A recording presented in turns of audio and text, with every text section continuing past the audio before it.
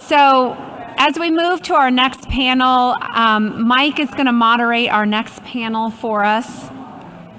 And here we go. Before Mike gets started,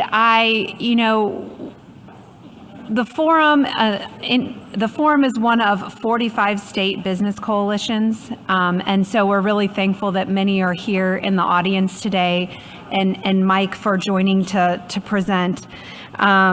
He is the president and CEO of the National Alliance, and he's going to be moderating this next panel for us, titled Brainstorming Next Steps to Intervene on Hospital Price and Quality.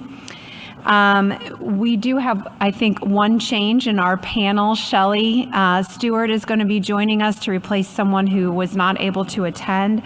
But while Mike gets started and kind of goes over a few talking points for us, I would like to invite those that are on the panel to kind of come forward and take a spot. And once Mike gets through his kind of talking points, we'll also open it up to questions, and you'll be moderating some questions on how do we intervene on hospital price and quality. So thank you. Well, first of all, we've been hearing about this hospital dashboard for a while. We've certainly been hearing about RAND for several years. And frankly, Gloria set very high expectations for us, and she beat them. So that was fantastic.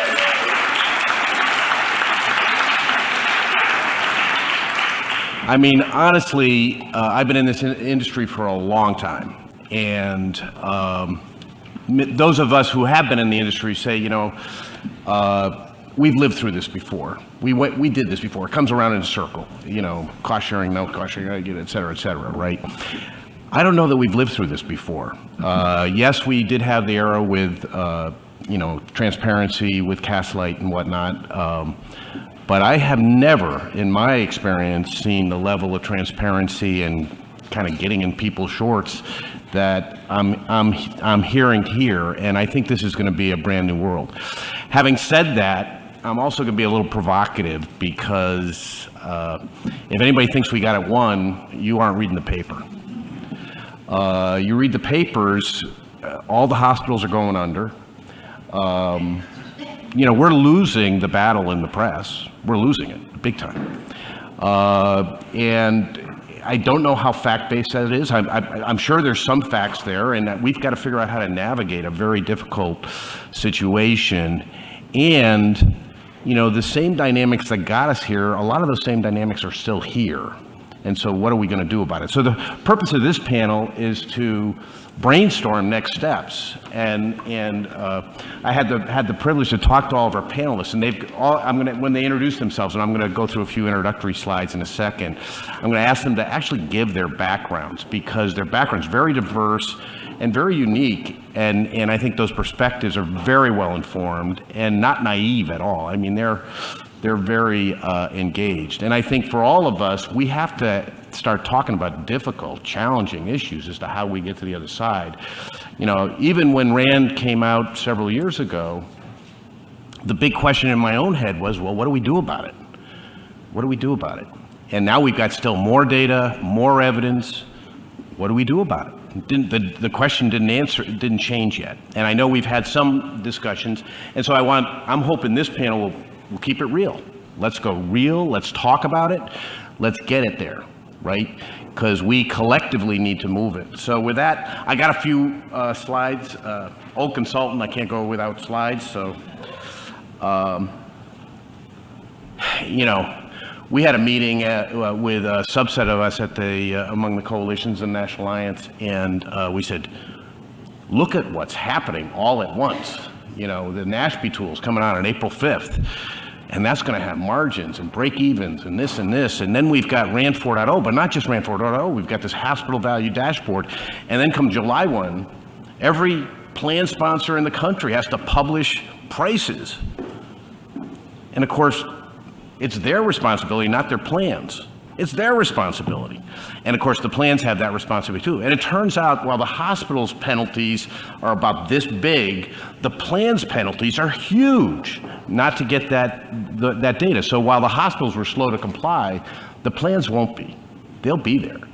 And if they don't, the plan sponsors are going to be all over them because it's their responsibility to have this stuff published. So it's going to be a big deal.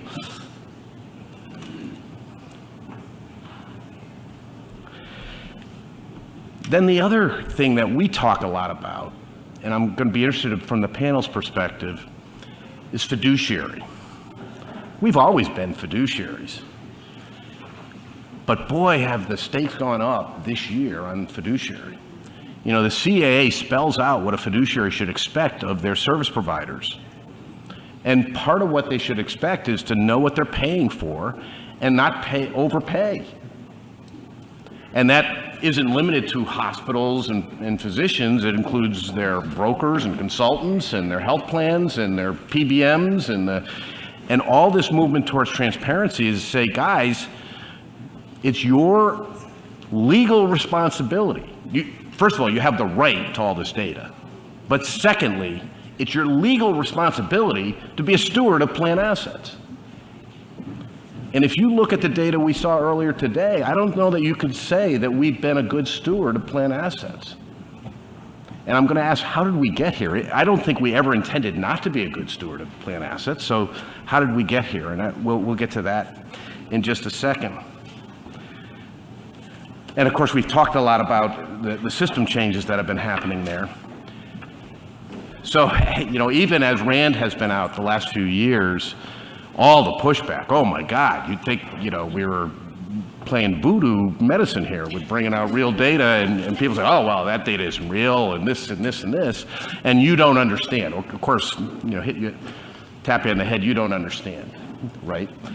And we actually put some effort into trying to document, really with help and building on the shoulders of people like Chris Whaley and others, who kind of helped to identify some of these key trends, broad statements from the American Hospital Association that, we're doing our part to control healthcare costs. And then you look at the graphs and you go, really? Really? Or, this really doesn't hurt consumers. And then you saw the graph before, oh yeah? Right? And, you got to pay for quality. Again, over and over and over. So we have a document on the myths there. But one of the things that we haven't talked about to date, and I know it's been talked about in the past, is, what is a fair price and what should we be targeting in terms of cost? So, Gloria, in Indiana, the average hospital in Indiana is running at 160%. I think that's 160% to be fair. I think 160% break even on commercial. So it's probably watered down to be half that, 130% of Medicare. Something, I'm making up the numbers, but it's probably something like that. And MedPac, which is the Medicare Payment Advisory Council. So first of all, what is MedPac? I think many of us know that. It's a pretty sophisticated audience. It's the council that advises Medicare on what to do with fee schedules. And it's made up of some of the leading health economists and actuaries and other experts in the industry to look at trends in the industry and to advise. And their assessment is that there is plenty of evidence that a well-run hospital can run pretty close to Medicare. Now, they're not typically getting paid Medicare by Medicaid, so there is some subsidies that need to be there. And there's examples clearly of hospitals and even states that are running close to Medicare. But it's not typically happening anymore. But their conclusion, and I'll get there in a second, but in their analysis, and this is a report from 2009, is that when you look at low margins on Medicare, that's occurring in part because there's a high cost structure. And their conclusion is the reason there's a high cost structure is there's a lack of market pressure from the commercial sector. It's not on Medicaid, it's not on Medicare. Who's left? It's employers and their intermediaries who have been in the middle.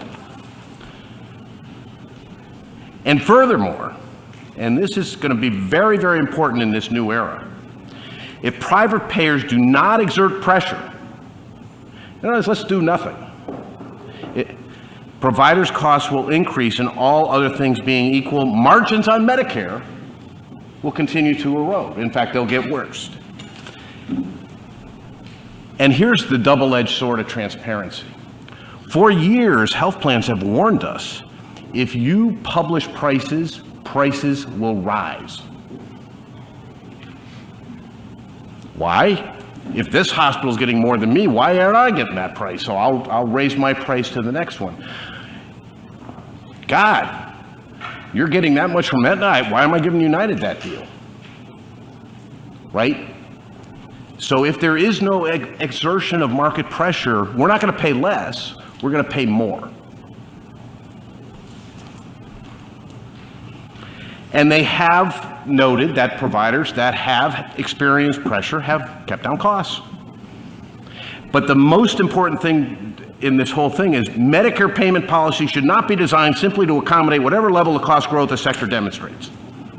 Apparently, we don't feel that way because we do. You know, we accommodate whatever happens. What do you need? Right? So it's important to understand break even, but let's not start with break even is a fair price. You need to be thinking about what should a well-run hospital do and how do we get there over time? And maybe we'll never get there, but God, we're nowhere near it right now. So that's a challenge. So everybody's been thanking Arnold Ventures, and now I'm going to thank Arnold Ventures. We just got a grant with Arnold Ventures to support the rollout of the SAGE transparency tool across the country to coalitions across the country. Boy, I can't tell you anything I could be more proud to be part of is this team that is making this happen. We are totally in on this, and we will be having roundtables with some coalitions that will be sponsoring, if you will.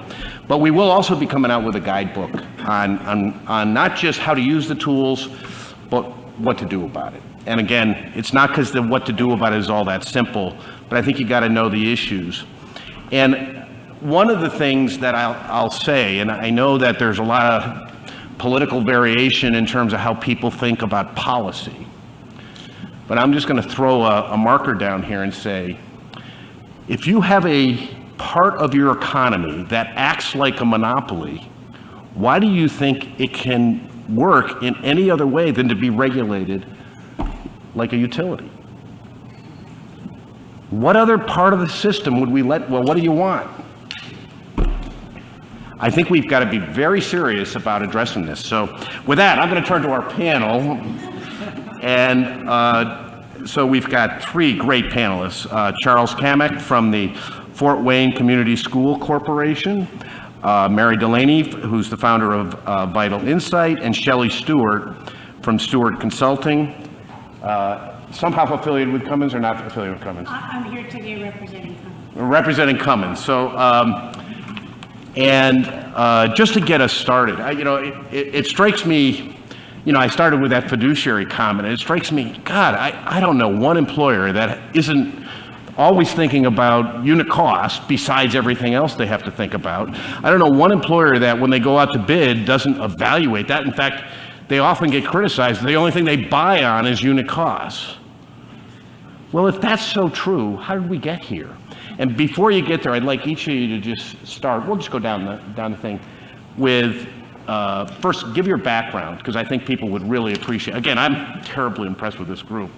And then secondly, how did we get here, given that employers are in fact concerned about unit costs? So background is easier than the second question. I'm Mary Delaney. I am a physical therapist by training. I had my own private practice right out of grad school. Was fortunate enough to have a specialty in orthopedic sports med. Was able to hire the best private practice physical therapists around the country. We had 5 locations, and the carriers cut my rates to 10% below Medicare. and we were accepting Medicare and Medicaid at that time. So I was losing more money off of commercial than anything else. Hospitals were getting paid sevenfold. That's when I decided I couldn't do this anymore. I couldn't provide the quality I needed to. I then, long story short, got into healthcare consulting, really consulting for a lot of the physician groups that I knew, was on several physician boards, started surgery centers, urgent care centers, radiology, had, a plethora of opportunities to learn about all the other stuff that goes on behind the scenes, and then was developing an employer direct facing product, a medical home model, because I was really into iHigh, and was able to sell it to every stinking employer I could meet with, every broker, and sat there and went, something is really wrong. Like, you guys don't need a medical home or an on-site clinic. You have 300 employees. I bet they're pretty healthy. Where's the data? And nobody had data. So that's when I decided that if I wasn't going to be part of the problem, I needed to do something differently. So we started Vital Incite, which integrates, we're the third-party independent provider of population health analytics and consulting to try to help employers find their medical spend waste and determine how they can improve the health of their population. All right. So how did we get here, Mary? Oh, Lord. A simple answer. It's been messed up. That was in 2020, I sold my practice. It's been screwed up for a long, long time. And I don't think anyone ever applied any pressure. I don't think anyone knew to speak up. And I'm really grateful that what we're doing today, because I think it's going to make a difference. Charles? My name is Charles Cammack Jr. I always say that because there is a senior. He'll be 92 in December. Still drives his own car, has most of his teeth. I take him to his physician appointments and they say, you're going to live another 100 years. So he's doing well. I'm a reformed benefits manager. I started out in HR as a benefits manager. I became a director of human resources. Then I became a VP of HR for the Philadelphia Inquirer and Daily News. I came back to Indiana. I was born and raised in Fort Wayne and became the chief operations officer and oversaw 10 departments. That's now been reduced to like 5, which is good. But I got a phone call from Richard of Richard Sutton and Associates and said, you should join this organization called Employers Forum. And I said, well, why should I do that? He said, they don't have any representation in Northeast Indiana, and they need some, because that part of the state probably needs some representation. I had no idea what I was getting myself into. I got a request from Gloria, would you mind sharing your data? And so I called up our TPA and said, I want you to share this data with Employers Forum. That turned out to be RAND 1.0. I've not been able to get out of that hole since then. And what I found out, because I started when I became an HR director, I started asking questions about, well, why do we have benefits plans in the first place? And what I heard, and those of you who are historians, you can validate this, but what I heard was after World War II and there was inflation and all this stuff with wages, that the throwaway was, well, we'll pay for your health care. And it was a throwaway. But people got a hold of that and costs just started to skyrocket because no one did have skin in the game. It was 100% employer paid. And employers would talk to their brokers and the broker would say, well, you got a 10% increase, and they would sign whatever, and that was it. Nobody was monitoring anything. So my CFO came to me one day and said, healthcare costs are increasing $1 million a year and I can't sustain that. Now, I work for Fort Wayne Community Schools. It is a public institution. All of our financials are public. And it didn't take, every year my salary's in the paper, much to my wife, who is also a bean counter, by the way. She just finds that very disheartening. But it's easy to negotiate with people because they can see all your numbers. And when I started really paying attention to what we were paying, it was frightening, and nobody was monitoring it. So that's how I think we got into this position, and that's how I wound up sitting up here.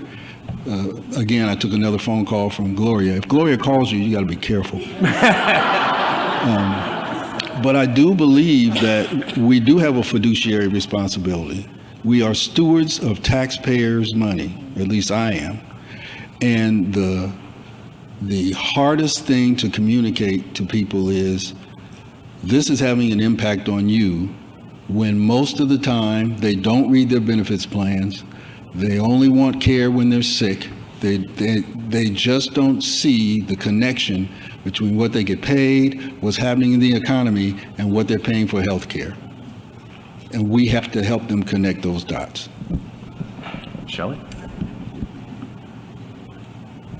Hello, I'm Shelley Stewart, and I'm representing Cummins today. So Kate, I hope you're feeling better. Kate Fisher's the benefits director for Cummins and was not able to make it today. My background is I was benefits director for the state of Indiana, global benefits director for Cummins, CEO and chairman of MHS in Indiana. So I have some provider side, some carrier side, and definitely some employer side. And I have trouble with that fiduciary statement. Go. So I understand what you're saying, Charles, about the need to be good stewards of tax dollars. But if you look up fiduciary, it's about trust. What is the best use of those dollars? Is it, so for example, we're in an environment right now where labor is hard to get and hard to keep. We, as employers, are going to have to make challenging, courageous decisions around the data that Gloria has provided us. We may lose some providers. Some people will see that that is not a good fiduciary. So I just don't like the use of that term to the work that we are doing. And in fact, I know many of you who know me know that at Cummins, we cannot begin any presentation on healthcare talking about cost.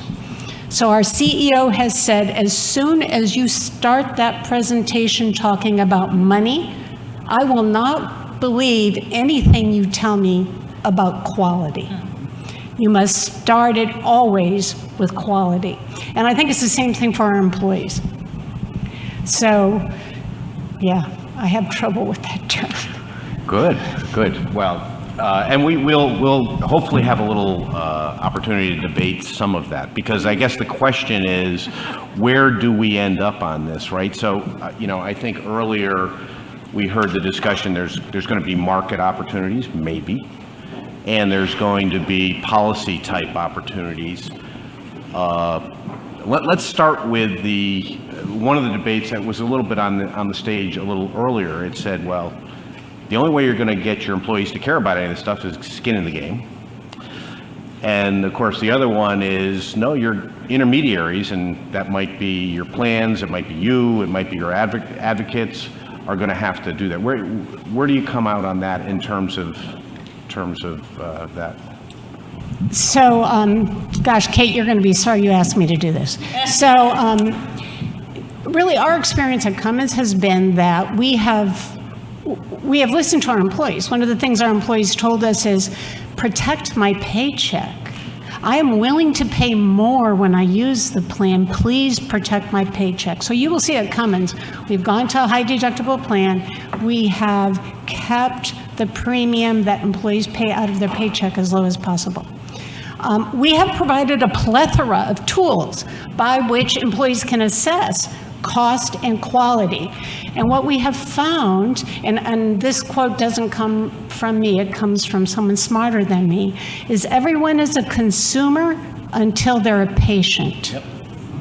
And so we've also asked our employees, how is it that you get trusted healthcare information? And what they have told us is friends, family, not our carrier. But to go to a solution, so not just to be a naysayer here, what we have found is our best opportunity to help our employees make decisions that are in their best interest is human contact. So Denise was here today. If we can get our employees, if we can say, we trust Denise, we think you need to talk to Denise about your prescription, 100% of the time, we can have a positive effect. Most people in this audience will know Gloria Carruthers. Same kind of relationship. If we can say, we are concerned about you, we want your care to be the best, we think you should talk to Gloria. And 100% of the time, they will listen to Gloria's fact-based on what quality is. So I'll be quiet. So, we will have a spirited exchange. Call it a season of intense fellowship. I don't want to paint a Pollyannish picture, so I'll try to use a couple of stories. My first story, I was sitting in the office of the superintendent, and I was so frustrated that I told her, look, let's just give them cash and let them find their own insurance plans. And she said, there's just too many factors, Charles. That's too much for they won't do it. They won't shop, they won't do any of the things that you're talking about. So you're going to have to sit down and figure out how to do this best. And it's complicated, but I do agree with the quote. Everybody's a consumer until they're a patient, or they have a dependent that's a patient. Then all they care about is, are you going to take care of me or my family member? So a part of what we're trying to do is to get people educated prior to becoming sick. Because once you become sick, you're not rational. All you want to do is be well. So we can do this if we make our minds up to do it. But I think that also is a part of what you were saying about being a fiduciary, and me saying I'm a steward of taxpayer dollars. I agree wholeheartedly that you can't start those conversations off by, this is what it costs and this is what we need to save. It will, if you do say, hey, if I'm paying this on benefits, this means you get this much in a raise. They will draw those connections. But to try to steer them to coverage or have them involved in some other things, it's very hard to do that. Now, we have 33 health experts in our schools. They're school nurses. And contrary to what's supposed to happen, our employees in the buildings go to those nurses because they say, hey, you're a medical person. Is this good or is this bad? Does this lab work look good or does it look bad? Is this physician any good? They will do that. And I hope the CFO is not listening, but we use those people because they're supposed to be there for the children, but they are experts in our buildings and people will use them as referrals. We have to do more of that type of thing, I think, in order to be effective, at least in my setting. You gave 2 names, but you have like 20,000 employees. Denise does it all. No, and that's, so as we think about solutions that employers have looked for, I mean, the moves to Navigator was a potential solution that we have looked for.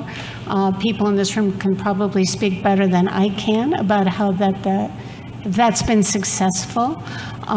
But I also meant what I said, Charles, about now that we have this data and it's visible, it means that I think we as employers, with our carriers or without our carriers, need to make some challenging, courageous decisions about how we move forward and communicate with our employees. So if I could say, I think, I guess I can answer your first question even better. we've made this system so complex that no one can understand it. As Denise pointed out, and I've experienced, we are experts in healthcare, but when our families are in crisis, it is still incredibly difficult to navigate. So to tell someone, you should own this responsibility, to put in a high deductible and say, go find your way around, when you know darn well they're terrified that if they get an extra bill from a wellness visit, that they're going to feel like they just screwed up their budget. That's not a win-win solution. So we really have to think about social determinants too, because those are the people that really don't have the resources to figure out how to navigate. So I think navigators are important, but I also think we need to be bold and take a step in making this much more simplified.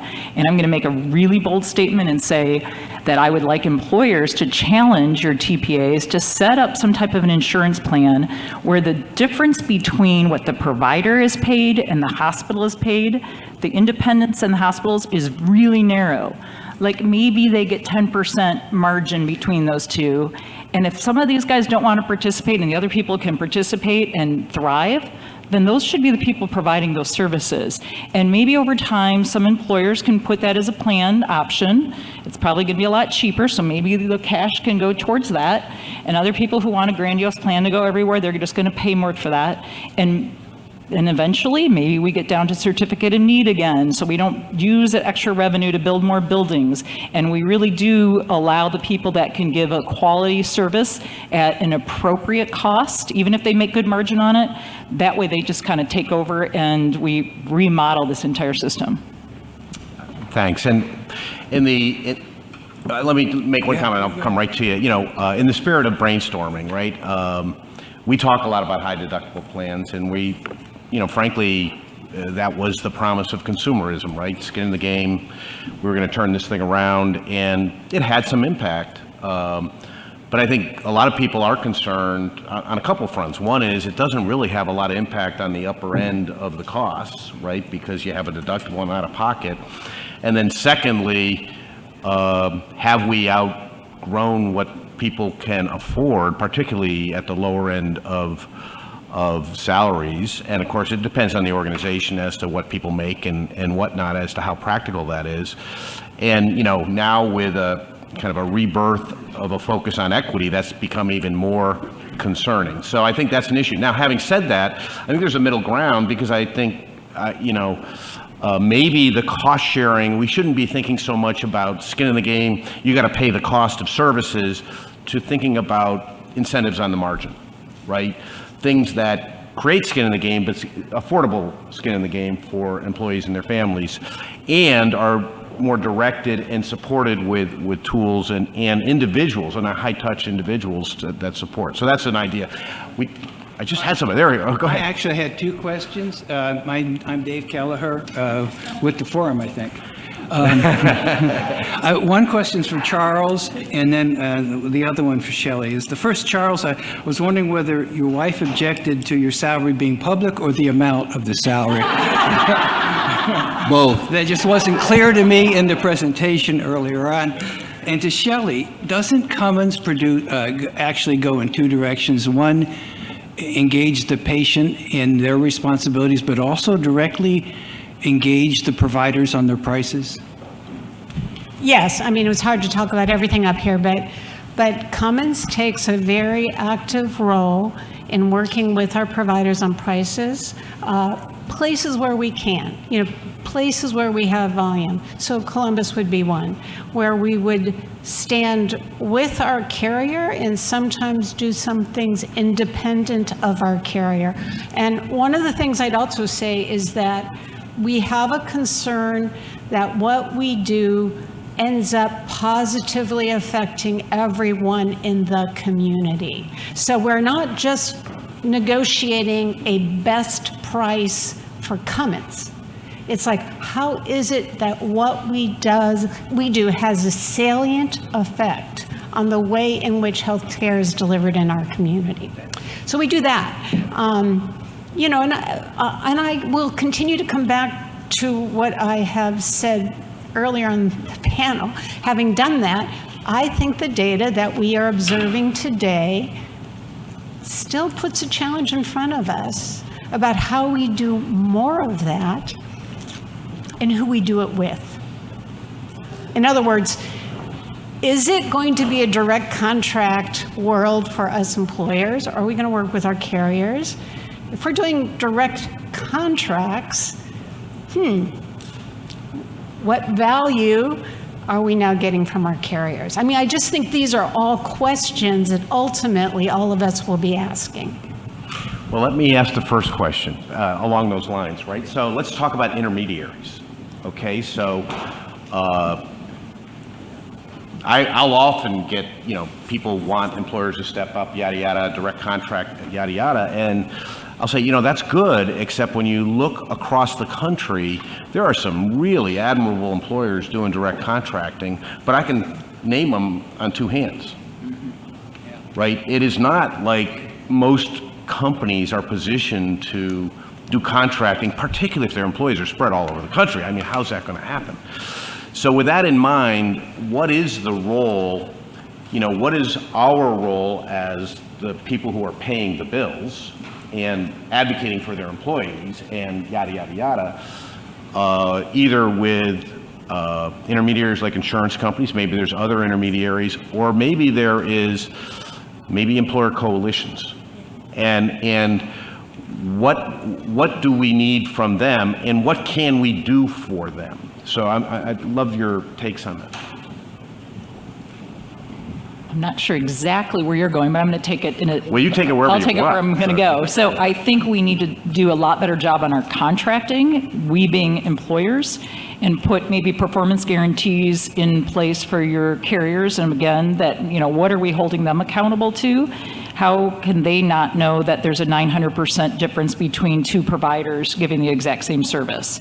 That would be one, and I would say the same thing for PBMs is, don't allow a PBM to tell you that they can't give you your rebates by drug because they put language in their own contract that says they can't share that with you. We need to demand better language within our contracts in order so that we own our information that is really what you're paying for. Yes.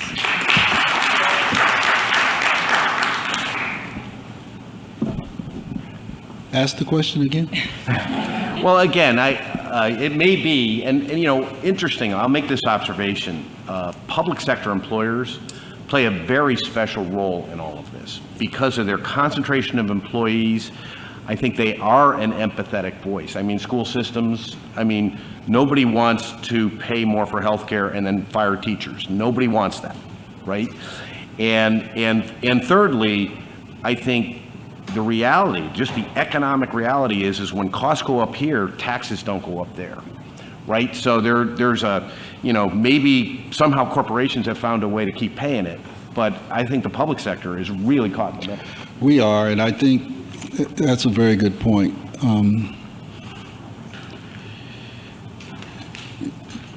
There's no way that you can be an expert in everything.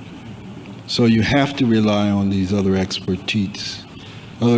expertise, whether it's a broker or an insurer. I think we have to be more actively involved than we have been in the past. It's just that simple. When you look at the charts and you see the flow of cash and it's away from you, then you have to step up and say, this is not tenable. One of the things that I've found is that you have to be direct. And I think that's the reputation I got that preceded me before I got here. There are some people in this room who have sat in meetings with me, and I'm polite and I'm professional, but I'm also direct. I was in a meeting with somebody and they started laughing, and he told me why afterwards. He said, I know when you're done because you'll say, I'm not interested in doing that anymore. And Gloria's nodding her head saying, yep, I've been there. And when you say that, you have to mean it. And you have to tell your employees the same thing. We went from 0 to 20% premium sharing. And we created a high deductible plan. And we were amazed that we had such quick migration to the high deductible plan. Now, we gave them seed money. So they had not a flexible spending account, but HSA.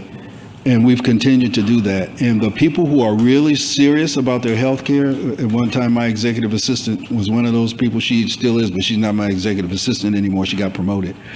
And she would use Castlight and everything. She knew prices, she knew locales, the whole 9 yards. Most people don't do that, even though we give them the tools. So we have to rely on others. I rely on Mary. And Mary's another one of those people who have been in meetings with me and said, Charles, just calm down. You don't have to be that forceful. But we do have to tell people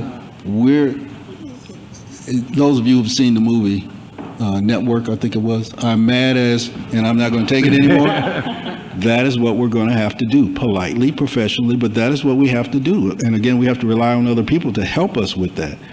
I'm a reformed benefits manager, but I was a benefits manager 30 years ago. You know, when I had my son 30 years ago, we were in an HMO. He can't believe this because he just had his son, his first child. $5. I went to the first office visit. I paid $5. Psh, that was it. You can't even go to a doctor's office for $5 now. When I told him that not too long ago, he said, "What?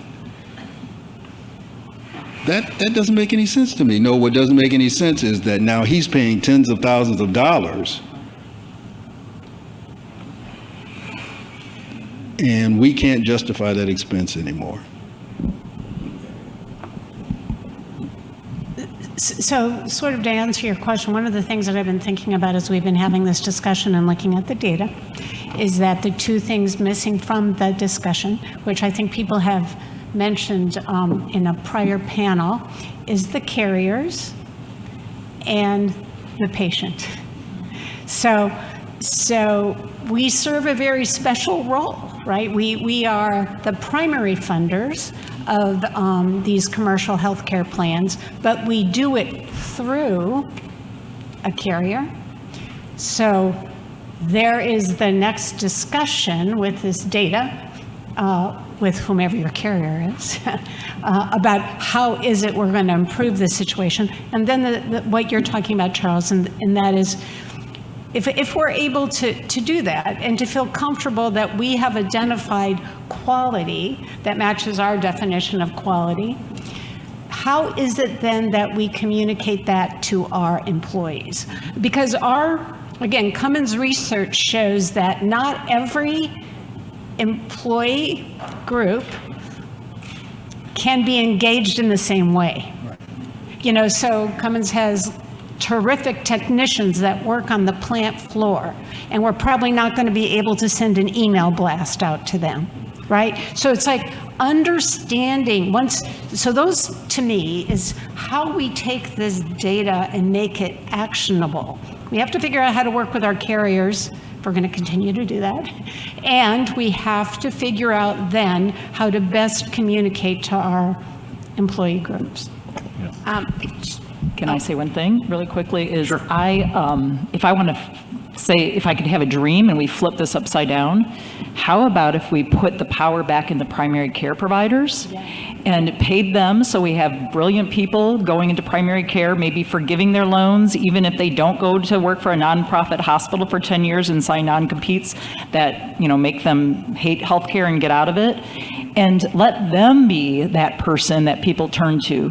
Let's pay them when they take the after hours call, just like we pay Teledoc, to answer those questions that thank God you don't have to take your kid in at 6 a.m. because your doctor friend already told you that it's okay and we need to ride this out.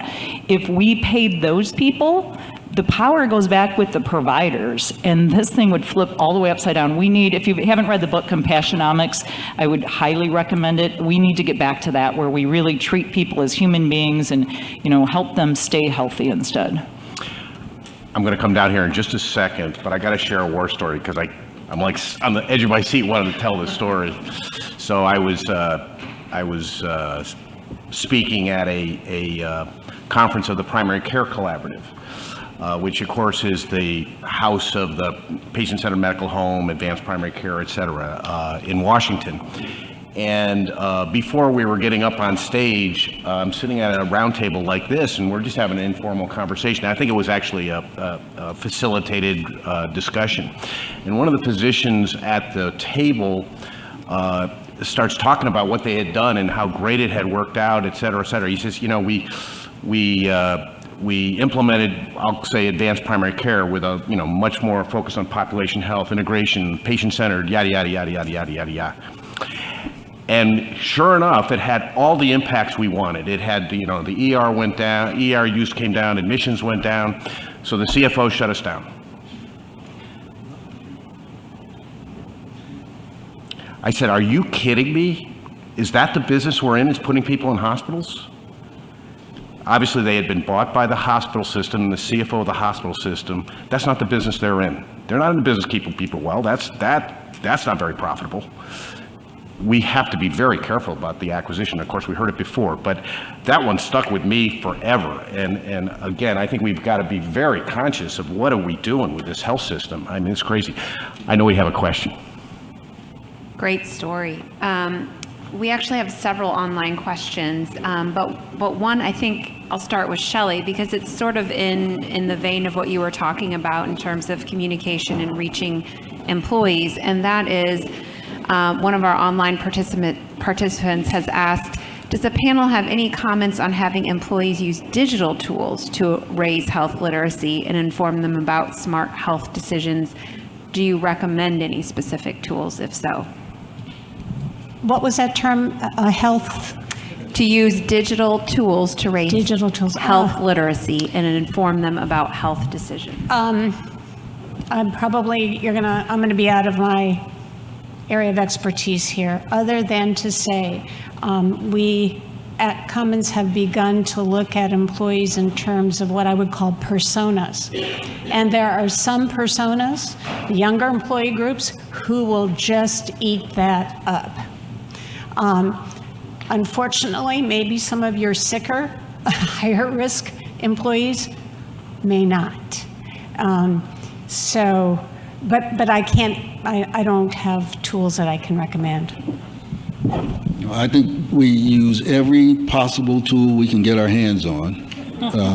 One of the partnerships we have with the hospital that runs our wellness centers is we have wellness coaches, and we're starting to give them more and more data so that they can reach out to people who may be in those higher risk categories and give them educational opportunities, refer the digital tools. I think the nurses that we have that we're utilizing that way, the more information that we can put in their hands, the better off they are. Our board we've had discussions with them about our district goals, and now our fourth goal is equity and inclusion, and included in that is wellness.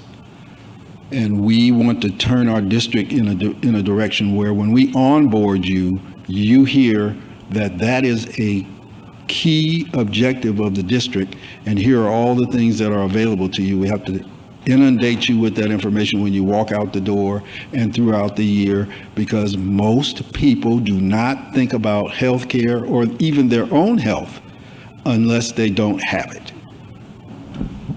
I would just say that I've become rather, harmed by seeing all the tools and products and bells and whistles that get sold across our industry. And I think that the majority of them, and I would say nearly 90% that we evaluate, are adding to the medical spend waste. That we need to empower the people more, having that personal relationship. And there's some that may be good, but there's a lot that aren't. And if you think about how much money is being dumped into that system, it's really sad we're not putting that into other things. Chris? Thank you. Chris Skizak, Executive Director of the Houston Business Coalition on Health. I normally don't mention vendors, but MedIncentive to me is the best health literacy tool that I have heard of. Rewards the patient, rewards the physician, extremely good platform. With respect to the quality, we saw today there is no relationship between price and quality. So if you want to start with quality, it's a real tough place to start. That said and done, I want to quote my inner Uwe Reinhardt. Is the price is stupid?